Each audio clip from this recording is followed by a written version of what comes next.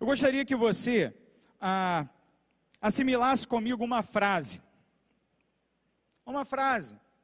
Talvez sequer possa ser classificada como uma oração, mas é apenas uma frase, que traz algumas verdades que são importantes para nós nessa noite, e também para que possamos compreender a relação dessa palavra que hoje temos aberta diante de nós, com aquilo que já temos meditado desde domingo passado, quando ouvimos sobre a Escritura e a palavra de Deus que não se altera, que permanece para sempre. Vimos sobre a obra de Cristo Jesus, nosso Salvador, aquele que é o fundamento de toda a nossa salvação. Hoje pela manhã ouvimos sobre a graça e agora sobre a fé. Preste atenção nessa frase, eu lerei uma primeira vez e depois a gente vai tentar memorizar juntos. Com base na graça de Deus, por causa de Jesus Cristo, por meio da fé, segundo as Escrituras, para a sua glória. Vamos uma parte de cada vez? Eu vou falar, você repete, tá bom? Com base na graça de Deus, por causa de Jesus Cristo, por meio da fé, segundo as Escrituras, para a sua glória. Com base na graça de Deus, por causa de Jesus Cristo, por meio da fé, segundo as Escrituras, para a sua glória. No último dia 31 de outubro, comemoramos os 503 anos da Reforma Protestante. Daquele dia especial que marca o início de um movimento que transformou a vida da Europa Ocidental a partir de um reavivamento espiritual. Alguns tentam restringir o movimento da Reforma Protestante a meramente um movimento político. E não foi apenas isso. Houve sim o apoio de alguns grupos que possuíam o poder. Sim, reconhecemos isso. Mas não foi meramente um movimento político.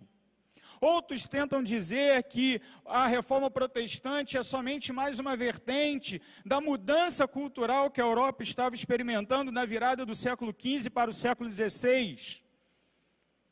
Não é verdade também que seja apenas isso, sem dúvida alguma, todo movimento que chamamos de renascimento, do retorno aos clássicos, está também relacionado na formação de Martim de Lutero e de todos os demais reformadores. Mas nós precisamos lembrar que esses homens de Deus, que viveram tantos séculos antes de nós, eles tinham a preocupação central de recuperar o cerne do Evangelho. Isso se deu porque a partir desse movimento de liberdade, de busca das Escrituras, de conhecimento da palavra de Deus, de proliferação de exemplares da Bíblia Sagrada por todo aquele lugar. Antes a Bíblia era muito restrita e muitas pessoas eram doutores em teologia sem jamais ter lido a Bíblia. Olha só que coisa. As pessoas eram mestres de teologia sem conhecer a fonte principal da teologia, que é a Bíblia. Mas agora esses homens podiam ler, podiam conhecer a palavra de Deus. E conhecendo a palavra de Deus, eles então tiveram uma nova visão. Uma nova visão não em relação àquilo que Jesus ensinou ou àquilo que os apóstolos sistematizaram no Novo Testamento, não. Mas uma nova visão em relação àquilo que eles haviam recebido do catolicismo medieval. E uma vez que eles então puderam olhar com novos olhos, com olhos abertos para a Escritura, eles enxergaram a realidade do Evangelho, da obra salvadora de Jesus Cristo, realizada, consumada na cruz do Calvário. Já aprendemos que sem as Escrituras nós não podemos conhecer verdadeiramente o Evangelho. Alguns tentam E recentemente, então, o meio evangélico tem sido sacudido com uma declaração feita aí através das mídias sociais. Nós não podemos conhecer o evangelho sem as escrituras. Por isso, nós não podemos alterar o sentido das escrituras. Nós não podemos tentar adaptar as escrituras ao gosto da nossa cultura, do nosso tempo, da nossa época. Não podemos. A Bíblia, ela é supracultural. Ela está acima da cultura. E se alguém vier e disser assim, mas a Bíblia foi feita dentro de um contexto específico cultural. Ora, isso é verdade, mas espera lá. Vamos pensar junto isso aí. Vamos pensar algo que é dos nossos dias. A questão do debate sobre o papel e a presença da mulher nos contextos profissionais, políticos, sociais e etc. Alguns vão dizer, a Bíblia foi escrita num contexto social machista, então a Bíblia é machista também. É. O Senhor Jesus se encontrou com a mulher samaritana, sozinho à beira do poço, conversou com ela, teve um contato com essa mulher, e ao final daquela conversa evangelística, ele a comissionou e ela se tornou uma missionária. Está no Evangelho de João. A Bíblia é então machista? Não. A Bíblia não está comprometida com os valores de nenhuma sociedade. A Bíblia está comprometida com os valores que emanam da própria santidade de Deus. Pastor, mas a lei, essa lei que a gente num dia vê nem mais ler, alguns dizem assim, misericórdia. Essa lei já passou, isso aí não tem nada a ver com a gente. Ora, não. Foi a lei que o Senhor disse, que o Senhor Jesus disse que viria para cumprir, não para revogar. Foi a lei que a Bíblia e o Novo Testamento dizem claramente que não passaria nem um tio, nem um i. Assim está na nossa tradução para a gente poder entender. Mas nem a menor parte da letra e nem a menor letra do alfabeto passariam. A lei, ela continua tendo plena validade e ela foi cumprida integralmente pelo próprio Cristo em nosso lugar, porque nós não poderíamos. A lei permanece para sempre. Antigo e Novo Testamento são palavra de Deus para nós hoje, sim.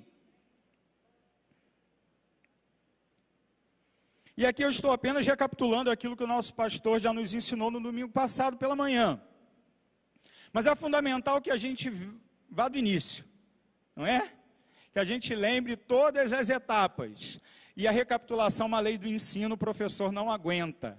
O professor gosta de revisão, né? Então, vamos recapitular. A Escritura é a fonte.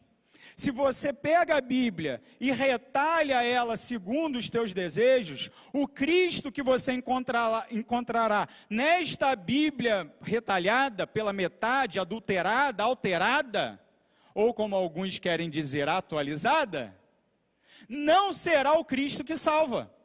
Por isso, depois da gente lembrar que somente a Escritura é o fundamento de toda a verdade, nós precisamos lembrar que toda a Escritura, do Gênesis ao Apocalipse, apontam para o Cristo. E se você retalha a Escritura, o Cristo que você adora não é o Cristo de verdade. Você pode até tentar dar um nome bonito para ele, Jesus histórico, né? É um negócio assim, acadêmico, né? Inventar uns termos alemães aí para poder definir tudo isso, mas o fato, queridos, é que o único Cristo verdadeiro é o Cristo do Novo Testamento, prometido pelos profetas, realizado então nos dias da encarnação do nosso Salvador e anunciado pelos seus apóstolos. Só existe um Cristo verdadeiro, somente este Cristo. E talvez, se Lutero vivesse nos nossos dias, ele afirmaria um pouquinho diferente. Talvez ele não dissesse somente Cristo, mas ele dissesse somente o Cristo da Bíblia, porque tem sido inventado muitos outros Cristos falsos que não são aquele que se revelou na história e nas páginas do Novo Testamento, somente Cristo. Hoje pela manhã vimos então que sim, o Cristo revelado na Escritura é apenas Ele que pode executar a nossa salvação. Mas isso não acontece por algo que nós merecemos. Não é uma troca. Não é assim, olha Deus, eu estou te dando isso, você então me dá a salvação de Cristo. Não é. Somente pela graça. Você que esteve aqui pela manhã, ouviu o nosso pastor fazer a exposição que aponta para essa realidade maravilhosa da graça de Deus. A graça que se manifesta salvadora a todos os homens. E então, me foi dada a missão de falar sobre a fé. De falar sobre a fé. Ah, pastor, talvez esse texto de Efésios, ele se enquadrasse melhor em falar da graça. Talvez ele tivesse uma relação maior com a graça. Afinal de contas, ele começa dizendo que é pela graça que nós somos salvos. Afinal de contas, o contexto dessa passagem, desse verso 8 de Efésios 2, fala exatamente de como a graça de Deus anula a nossa antiga condição de mortos em delitos e pecados. Se você for ler desde o verso 1, é exatamente esse o tema que o apóstolo Paulo vem desenvolvendo. Estávamos mortos, ele nos deu vida. E esse ato soberano de Deus, de nos dar vida, aqueles que antes estavam mortos, é chamado graça, porque estávamos mortos, nada merecíamos. Mas Ele nos viu e nos concedeu da sua graça. É verdade que o texto lança grande luz à graça de Deus. Mas também é fundamental nós percebermos que há um detalhe excelente nessa passagem, que é o trechinho que diz assim, ó, mediante a fé, ou através da fé, ou ainda outras versões, pela fé. Mediante a fé, o que isso significa? E aí nós podemos trabalhar mais uma das grandes verdades recuperadas, reafirmadas pela Reforma Protestante do século XVI. Sola fide. Já ouvimos sobre o sola Scriptura, já ouvimos sobre o solus Christus, já ouvimos sobre o sola gratia, e agora estamos ouvindo sobre o sola fide, somente a fé. Mediante a fé. A primeira pergunta que surge então é: o que é fé? Não é verdade? Ora, se é através da fé que a graça nos é aplicada, e é isso que o apóstolo Paulo acabou de nos dizer aqui, nessa passagem, a pergunta é: o que é essa fé? Afinal de contas, existem diversos conceitos de fé. Existem várias formas das pessoas usarem essa palavra. Eu lembro que algum tempo atrás, virou moda, o pessoal tinha uma camisa grande assim, preta, escrito fé, enorme assim na frente. E todo mundo andava com aquela camiseta na rua. Vocês lembram disso? E aí um exercício interessante que algumas pessoas fizeram, foi o seguinte: chegar para o camarada que estava com aquele fé garrafal assim no peito, e perguntar: olha só, o que é fé? O que é fé para você? Ah, fé é ter um pensamento positivo que vai dar tudo certo. É? Fé é eu confiar nas minhas capacidades. Eu estou trabalhando, eu estou correndo atrás, eu estou me esforçando, então vai dar tudo certo no final. É isso mesmo? Fé é eu ter a certeza de que Deus vai me dar aquilo que eu peço, afinal de contas, eu vou à igreja, eu dou o dízimo, eu faço trabalho missionário, eu trabalho na igreja, tenho ministério. Como é que é? É isso aí? Não é, irmãos. Definitivamente não é. Há um momento que o Novo Testamento tenta definir fé. E as melhores definições de qualquer termo bíblico estão na própria Escritura. Em Hebreus capítulo 11, verso 1, o autor de Hebreus diz assim: ora, a fé é a certeza de coisas que se esperam, a convicção de fatos que se não veem. E a partir dessa definição, o autor de Hebreus, então, começa traçando toda a história de Israel, pessoas que foram os heróis da fé, aqueles que tiveram grandes experiências com Deus através da sua fé. Eles não viam aquilo que esperavam, mas a sua esperança era tão grande, a sua expectativa era tão certa, a sua convicção era tamanha, que eles continuaram vivendo de modo coerente com a esperança que eles não viram. Muitos deram a sua vida, outros deixaram tudo que tinham, outros abandonaram a sua família, em prol de uma promessa, em prol de encontrar a realização de algo que Deus lhes abriu a porta como sendo uma esperança. Nota então que a fé verdadeira, ela começa numa esperança que o Senhor nos dá, com algo que o Senhor promete, com uma revelação que o próprio Deus faz a nós. E a maior e melhor revelação que Deus faz a nós está no próprio Filho. O próprio autor de Hebreus diz que o Cristo encarnado, ele é a revelação perfeita do Pai. Queremos conhecer o Pai? Olhemos para o Filho. Conheçamos o Filho. Mas não basta eu simplesmente admirar o Filho, eu preciso confiar que o Filho é verdadeiro, que tudo aquilo que Ele nos diz é verdade, que todas as suas promessas hão de se realizar. Ele mesmo reivindicou: eu sou o caminho, a verdade e a vida, ninguém vem ao Pai a não ser por mim. Então não basta você simplesmente achar bonitas as palavras, achar que as palavras da Escritura são bonitas.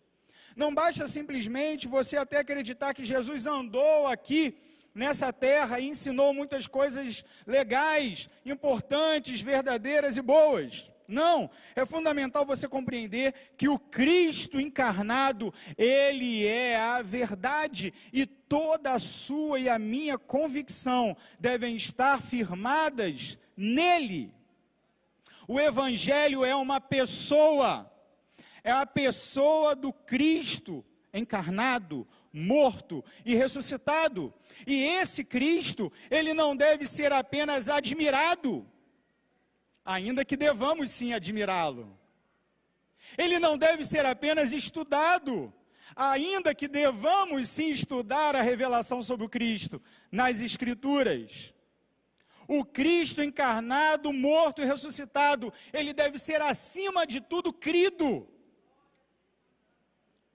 Nós não vemos mais, Ele não está entre nós.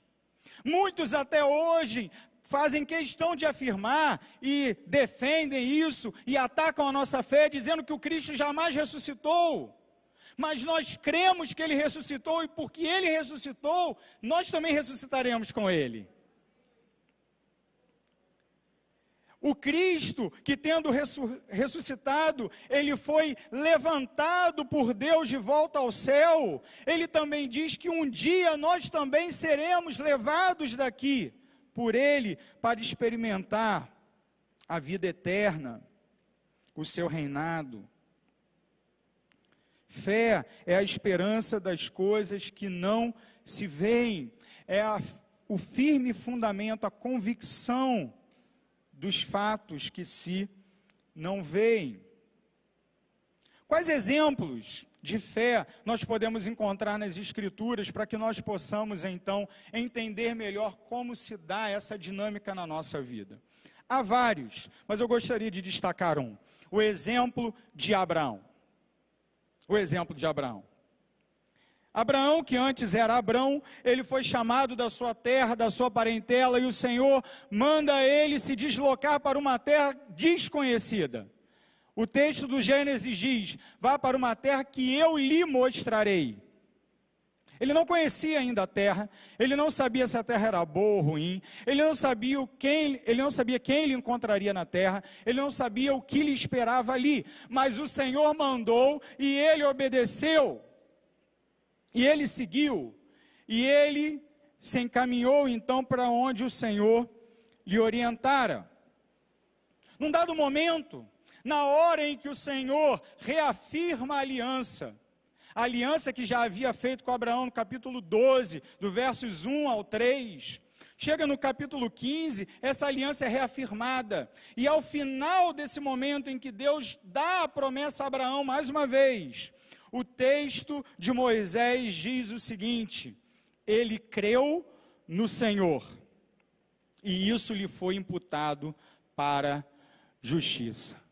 Mais uma vez, ele creu no Senhor e isso lhe foi imputado para a justiça. Como é bela a revelação bíblica, porque lemos essa palavra em Gênesis capítulo 15, e o texto não explica essa palavra. A narrativa das origens continua, a narrativa da vida de Abraão continua. E essa palavra meio que fica no ar. E isso lhe foi imputado como justiça, ou para justiça. O que isso então significa?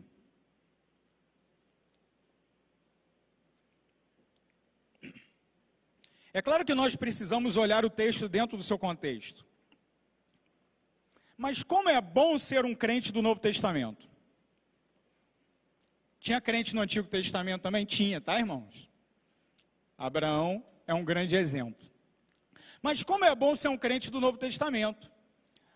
Porque todo o exercício hermenêutico que a gente teria que fazer para compreender essa palavra de Gênesis 15, 6, dentro do seu contexto, ele já foi feito por Paulo e por Tiago no Novo Testamento.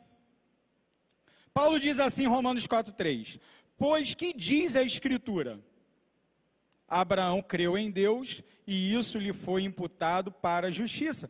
Paulo cita exatamente o texto de Gênesis 15, 6, quando ele escreve aos Romanos. E qual é o tema de Paulo em Romanos capítulo 4? Na verdade, o tema que ele começa a desenvolver no capítulo 3, verso 20.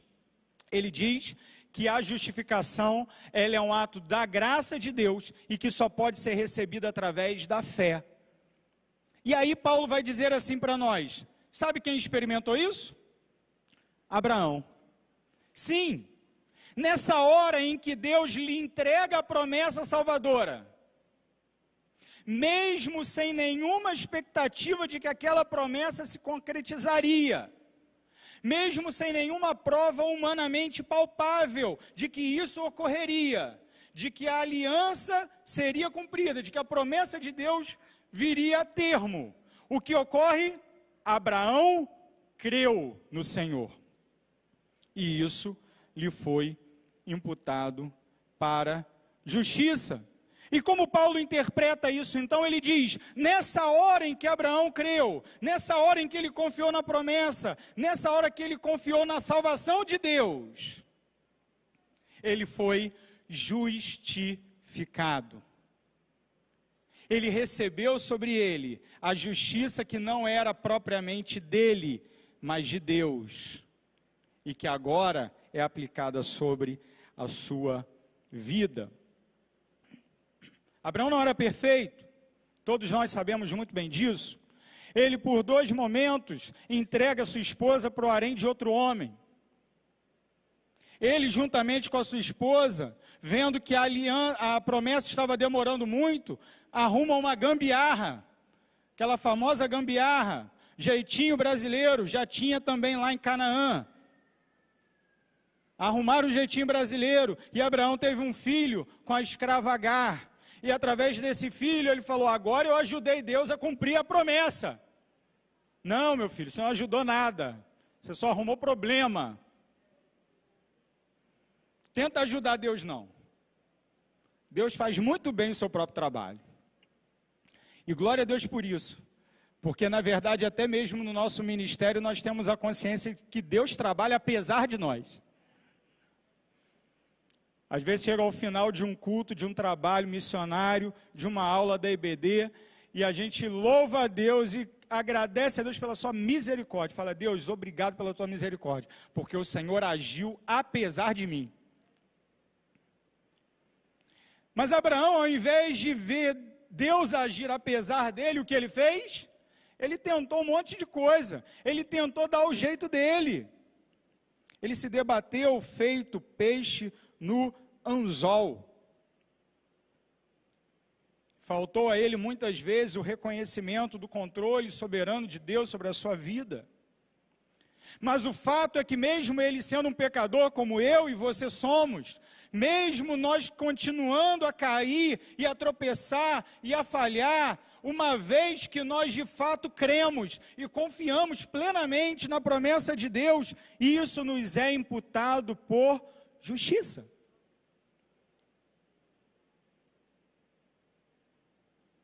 E uma vez justificados, mediante a fé, temos paz com Deus, através do nosso Senhor Jesus Cristo. Nós que antes vivíamos em beligerância contra Deus, em guerra com Deus, agora nós podemos desfrutar de paz com Deus, e essa paz é perene, essa paz é permanente, e ninguém há que poderá nos separar do amor de Deus. Paulo menciona também esse texto, quando ele escreve aos Gálatas, no capítulo 3, versos 6 e 7, ele diz, é o caso de Abraão, que creu em Deus, e isso lhe foi imputado para a justiça. E então ele desafia os Gálatas. Sabei, pois, que os da fé é que são filhos de Abraão. Nada relacionado a esta carne faz que uma pessoa seja membro do povo de Deus. A descendência judaica não faz isso. A descendência israelita não faz isso. A descendência batista tampouco. Ah, mas eu sou filho de pastor. Legal, que bom. Tem uma lista de filhos de pastor nessa história aí, que na história do mundo, que é uma tristeza, né?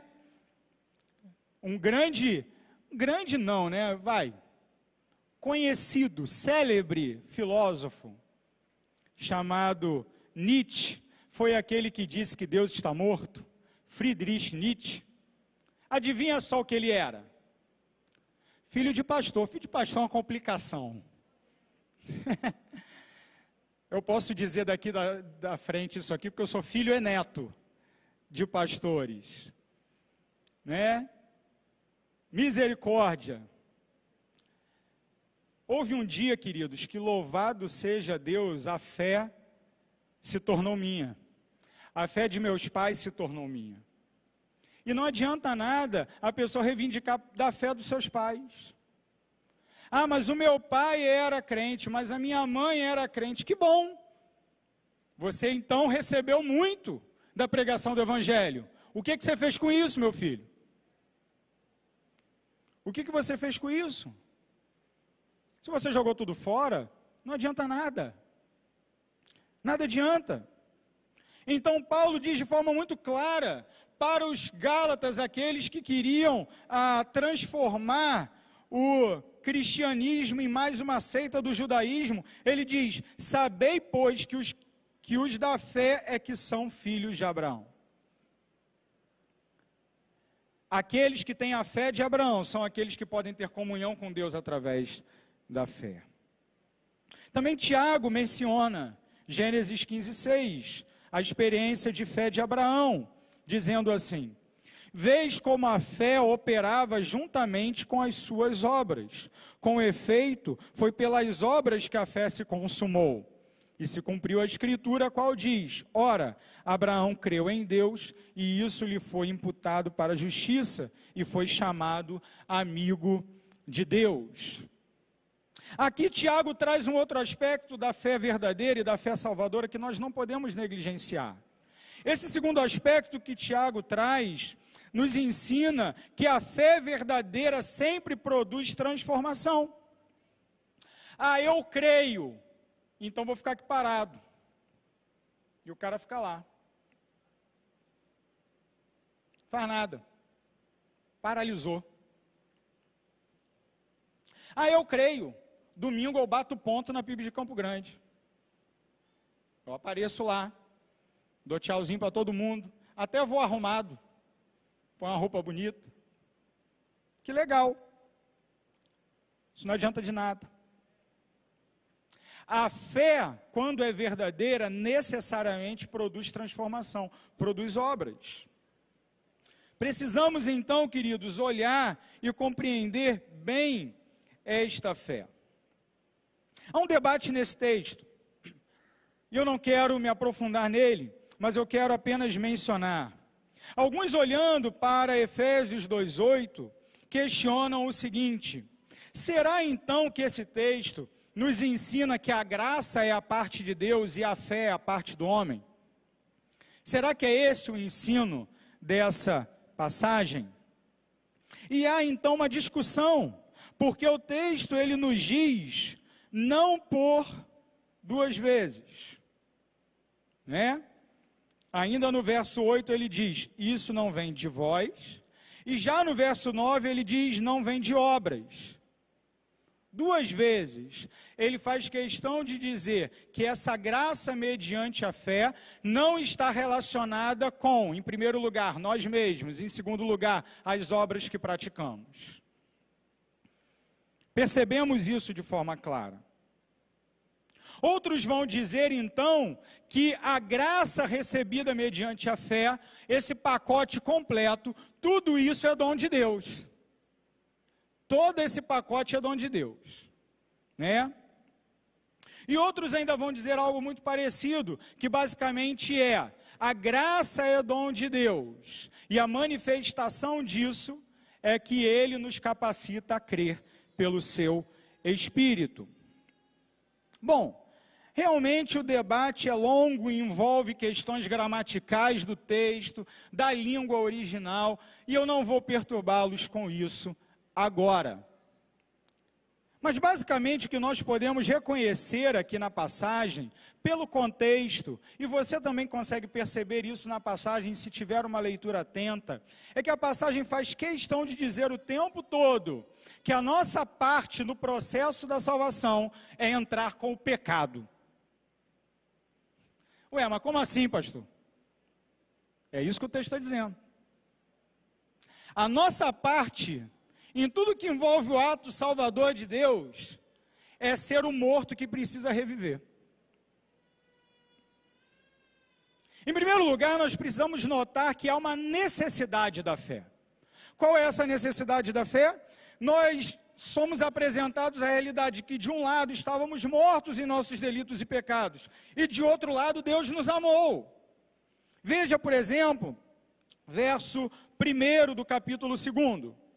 Ele vos deu vida, estando vós mortos nos vossos delitos e pecados. Agora pula para o verso 4.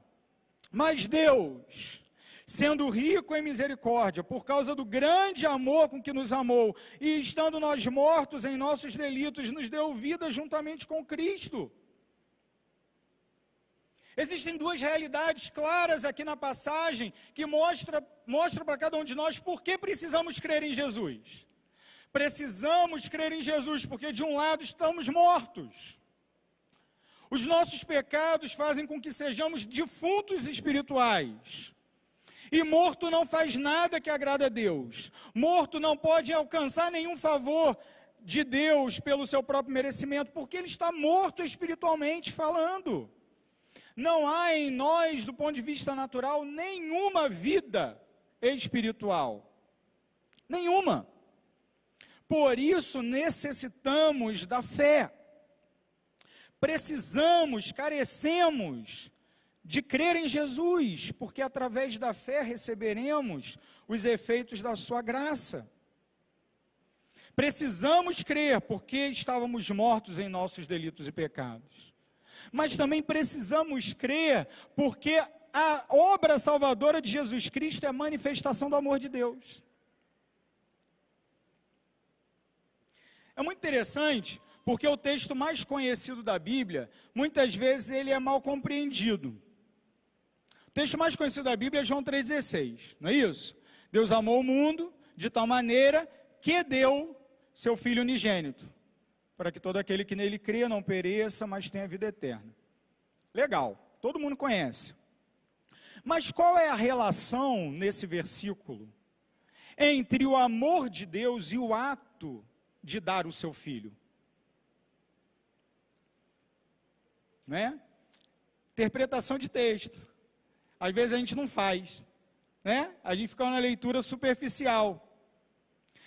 Deus amou tanto, mas tanto, mas tanto, que a consequência foi dar o seu Filho. A consequência foi ele entregar o seu Filho. É aquilo que o pessoal lá da língua portuguesa gosta de chamar de oração subordinada consecutiva. Porque está mostrando uma consequência. A consequência do amor de Deus foi o ato extremo de dar Cristo para morrer. De entregar Cristo para morrer por nós.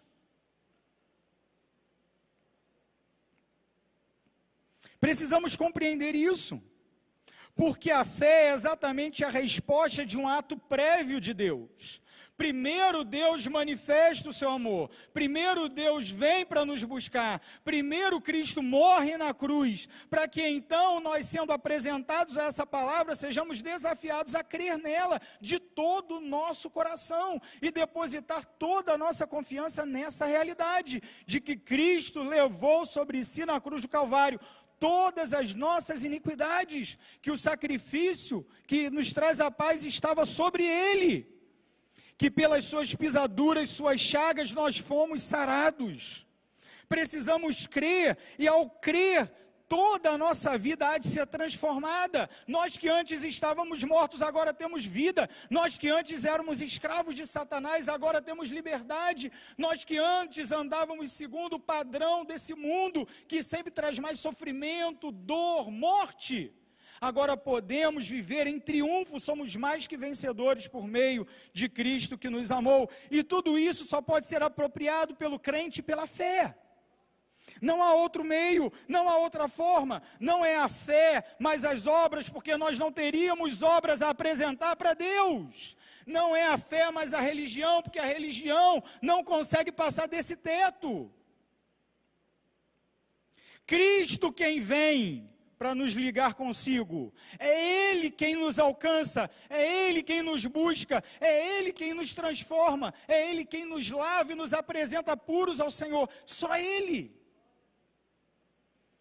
Se confiarmos em qualquer coisa que nós mesmos fizermos, queridos irmãos, nós não compreenderemos a verdadeira necessidade que temos. Andaremos ou como legalistas ou como libertinos. Seremos crentes de fachada, seremos como os fariseus, sepulcros caiados, por fora bem pintados e adornados, por dentro carne podre. Queridos irmãos, precisamos compreender a necessidade da fé em Cristo Jesus. Cristo jamais será doce, enquanto para nós o pecado não for profundamente amargo.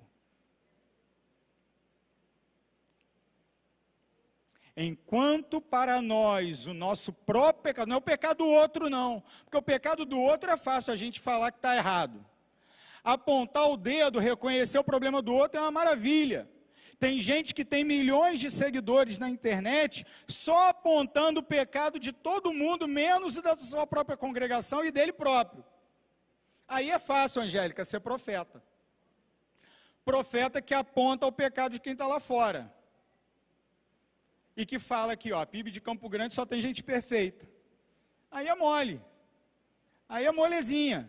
Todos vocês vão bater nas costas do pregador no final do culto, vão falar, é isso aí, e vão voltar para a sua semana sem nenhuma transformação espiritual.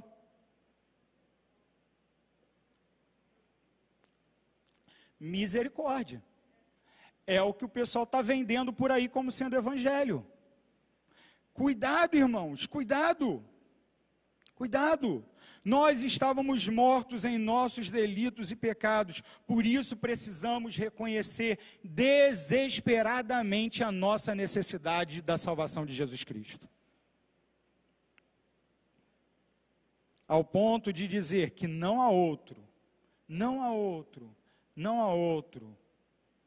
que possa nos salvar. Em segundo lugar, precisamos entender o fundamento da fé. E o fundamento da fé é aquilo que aprendemos hoje de manhã, a graça de Deus. Tudo vem dele.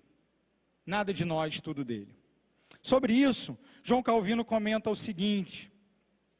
Primeiramente, João Calvino falando sobre o que Paulo escreveu. Primeiramente, ele assevera que a salvação dos Efésios era inteiramente obra gratuita de Deus. Eles, porém, alcançaram essa graça por meio da fé. De um lado, devemos olhar para Deus, do outro, para o homem. Deus declara que não nos deve nada, de modo que a salvação não é um galardão ou recompensa, mas simplesmente graça. Ora, pode-se perguntar, como o homem recebe a salvação que lhe é oferecida pelas mãos divinas? Eis-me a resposta, pela instrumentalidade da fé. Daí, o apóstolo conclui que aqui nada é propriamente nosso. Da parte de Deus é graça somente, e nada trazemos senão a fé, a qual nos despe de todo louvor pessoal. Então segue-se que a salvação não procede de nós. Quando da parte do homem o ato de receber a salvação vem a consistir exclusivamente na fé, então se descartam todos os demais meios nos quais o ser humano costuma confiar. Agora preste atenção nessa última frase. A fé, pois, põe diante de Deus um homem vazio, para que o mesmo seja enchido com as bênçãos de Cristo. Mais uma vez, a fé, pois, põe diante de Deus um homem vazio, para que o mesmo seja enchido com as bênçãos de Cristo. Enquanto não nos reconhecermos vazios, totalmente carentes e dependentes de Deus, jamais receberemos a salvação que vem por meio da fé. Volte aqui no verso 5 novamente, mas agora no final do verso. O final do verso diz, sim, Deus nos amou, sim, Deus nos salvou por graça, Deus nos salvou quando éramos pecadores, e aí ele conclui dizendo assim, pela graça sois salvos. Verso 9, ele diz, não por obras, para que ninguém se glorie. Se você confia em obra tua, você não é salvo por Deus. Se você confia em algo que você realizou, Cristo não é o teu Salvador. Você está tentando salvar-se a si mesmo. E essa é uma procura, uma busca inútil, que jamais será bem-sucedida.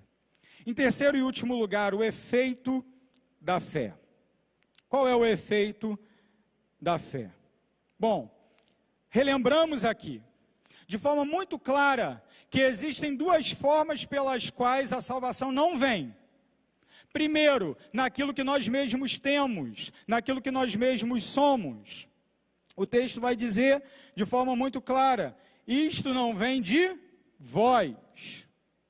Mas também vai dizer no verso 9, que não vem das obras.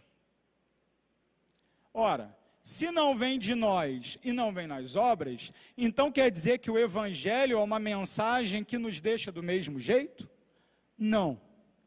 Lembramos disso ao falar de Abraão, agora há pouco.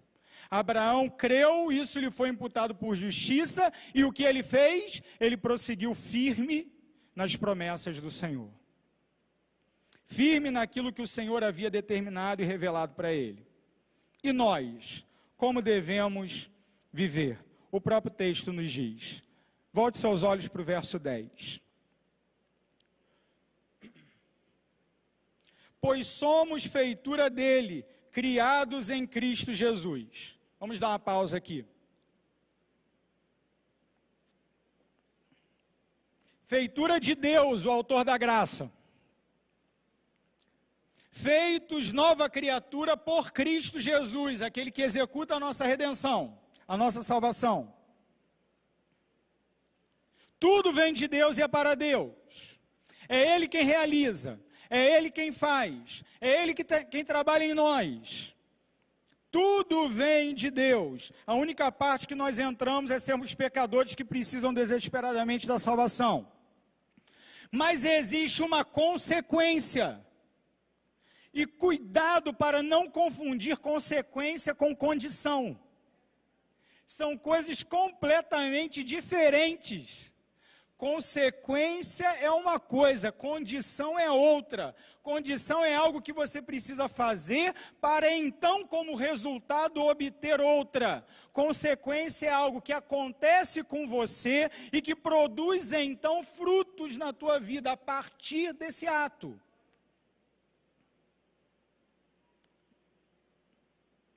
Aqui, podemos ver em algum lugar condição para a salvação? É muito interessante a gente fazer essa reflexão. É muito interessante. Porque, de certa forma, há implicitamente a ideia de que se você não crer, você não vai ser salvo. Percebe essa relação? Mas o texto não traz em lugar nenhum a conjunçãozinha ser. Não é? Nem na nossa língua, amada língua portuguesa, nem na língua grega. Não tem condicional aqui.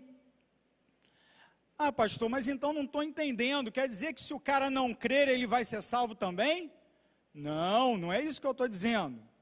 O texto não traz a condição, não traz a condicional, não tem um se aqui em lugar nenhum, por uma única razão.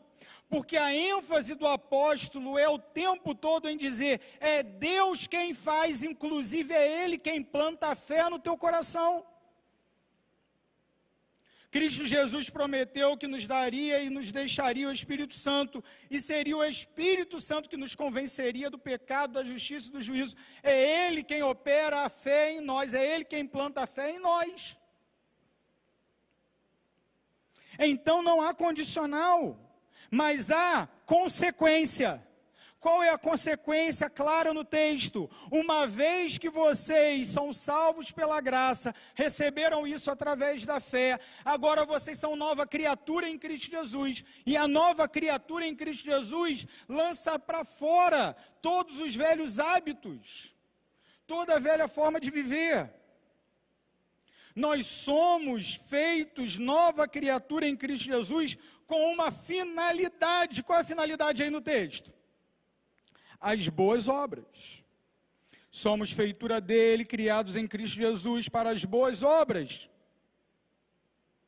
E essas boas obras, então, é a nossa parte, né, pastor? Então, isso aí é a gente mesmo que vai fazer, porque a gente vai ter, então, agora, força para fazer. A gente era morto espiritual, agora a gente é vida. Paulo não deixa margem nenhuma para a glória nossa, irmãos. Até as boas obras que nós realizaremos no poder de Jesus Cristo foram preparadas de antemão por Ele para nós. Olha o que termina o texto dizendo: as quais Deus de antemão preparou para que andássemos nelas.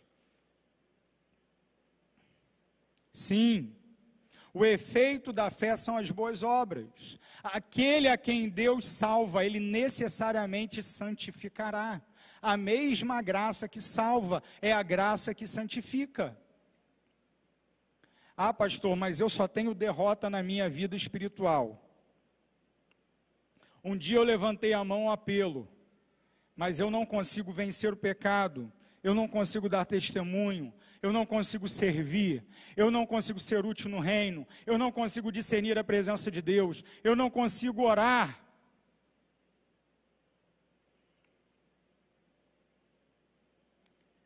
Voltemos a Tiago, que lemos já hoje no culto, Tiago 2:26. Também talvez você saiba de cor.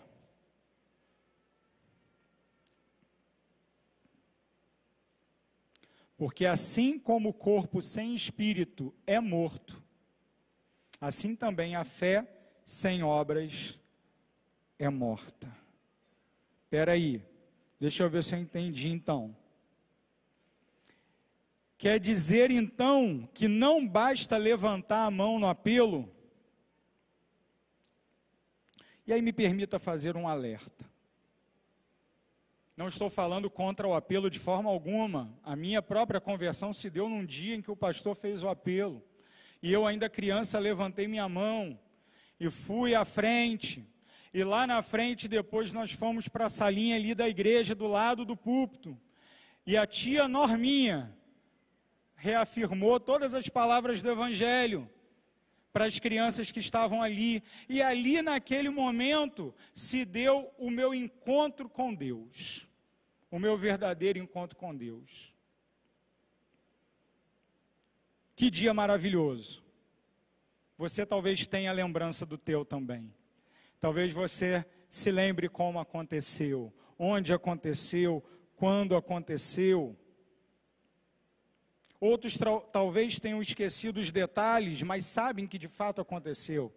E isso foi real na sua vida. Que bom, que coisa maravilhosa.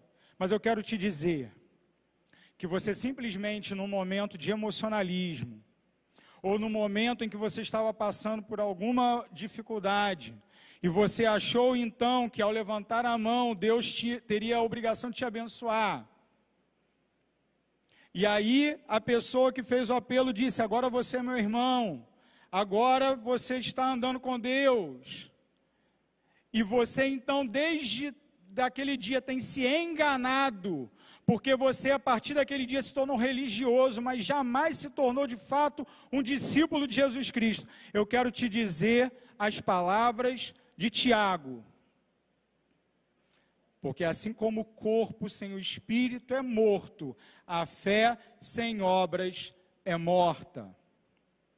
Muitos me dirão naquele dia: Senhor, Senhor, teu nome expulsamos demônios, curamos enfermos.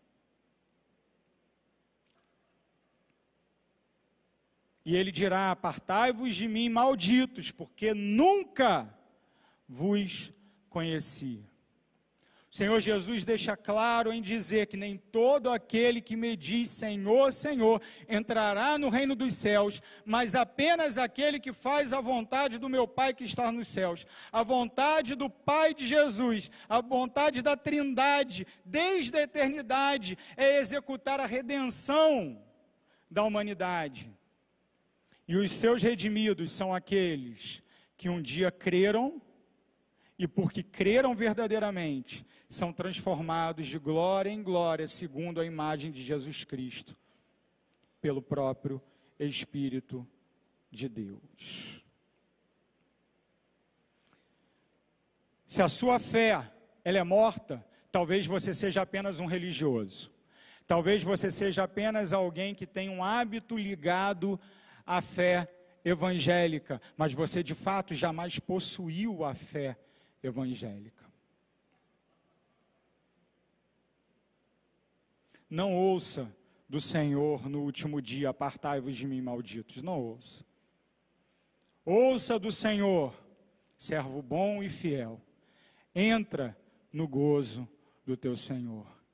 E isto é reservado para todos aqueles que, tendo crido, são transformados por Deus, segundo a imagem de Jesus Cristo. Eu termino com 3 reflexões, para depois nós repetirmos a nossa frase.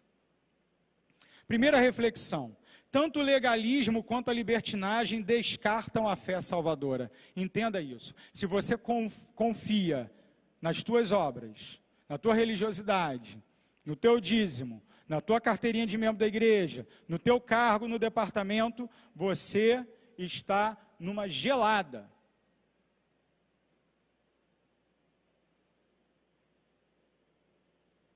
Numa gelada. Porque se você confia nisso, você despreza tanto a obra de Cristo, quanto o meio pelo qual Ele estabeleceu que a sua obra seria aplicada a nós. De outro lado, existe a libertinagem. A igreja sem lei, a igreja sem regra, a igreja sem disciplina. A igreja do venha como estás e permaneça do mesmo jeito. Esse não é o evangelho. O evangelho é venha como estás, para ser transformado por Deus. Essa mentalidade, a mentalidade que no final Deus vai salvar todo mundo, que no final Deus é amor, que no final das contas o inferno talvez, se ele existir e se alguém for para lá, vai ser um lugar onde as pessoas vão ficar algum tempo e depois vai acabar. Esse tipo de mentalidade que é difundida por aí, ela não condiz com o evangelho da Escritura.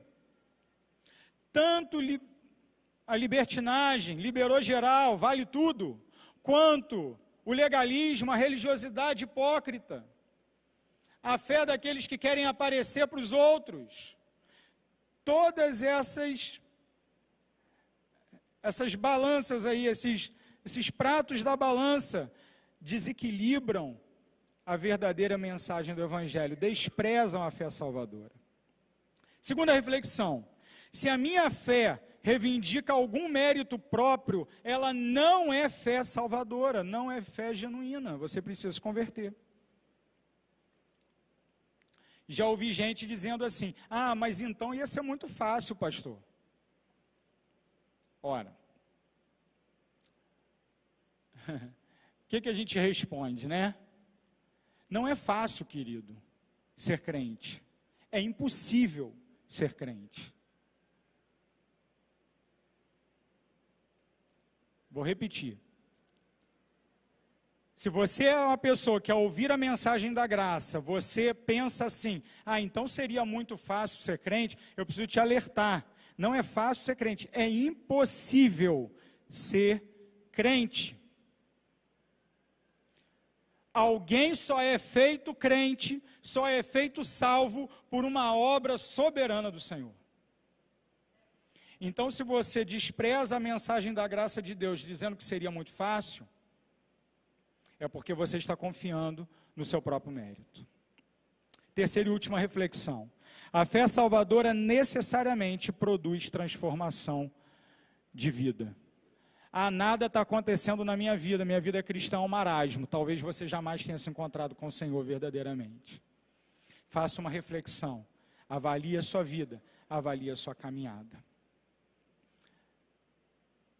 Falta apenas um dos 5 pontos lá da Reforma Protestante, dos 5 grandes princípios da Reforma Protestante. Já aprendemos sobre o sola scriptura, sobre o solus Christus, sola gratia, e agora sola fide. E isso então faz nos lembrar de como começamos essa mensagem. Eu gostaria que nós repetíssemos mais uma vez, para que isso fique gravado no seu coração.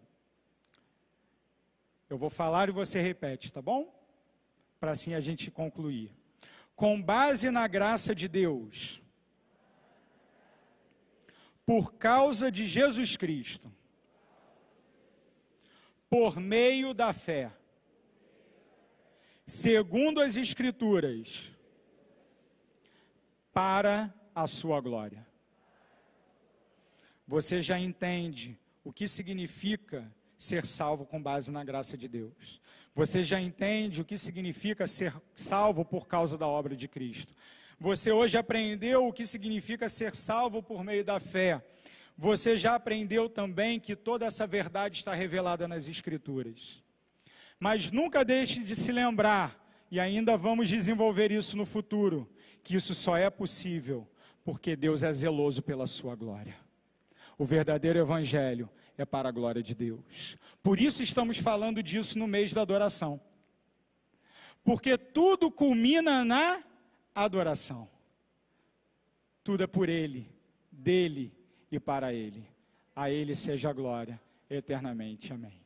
Santo e bendito Deus, muito obrigado pela Tua palavra, por essa reflexão que pudemos ter nessa noite. Te agradecemos, ó Deus, pela Tua graça, sim, mas também agradecemos que o Senhor plantou a fé no nosso coração, para que possamos desfrutar não apenas de um encontro pontual contigo, mas de uma vida inteira ao teu lado. Uma vida que dá fruto, uma vida que serve, uma vida que se entrega, uma vida, ó Deus, que vive na convicção da esperança, de que um dia nos encontraremos contigo e viveremos para sempre contigo. Muito obrigado, Senhor, muito obrigado. Te agradecemos mais uma vez por tua infinita graça. Em nome de Jesus, amém.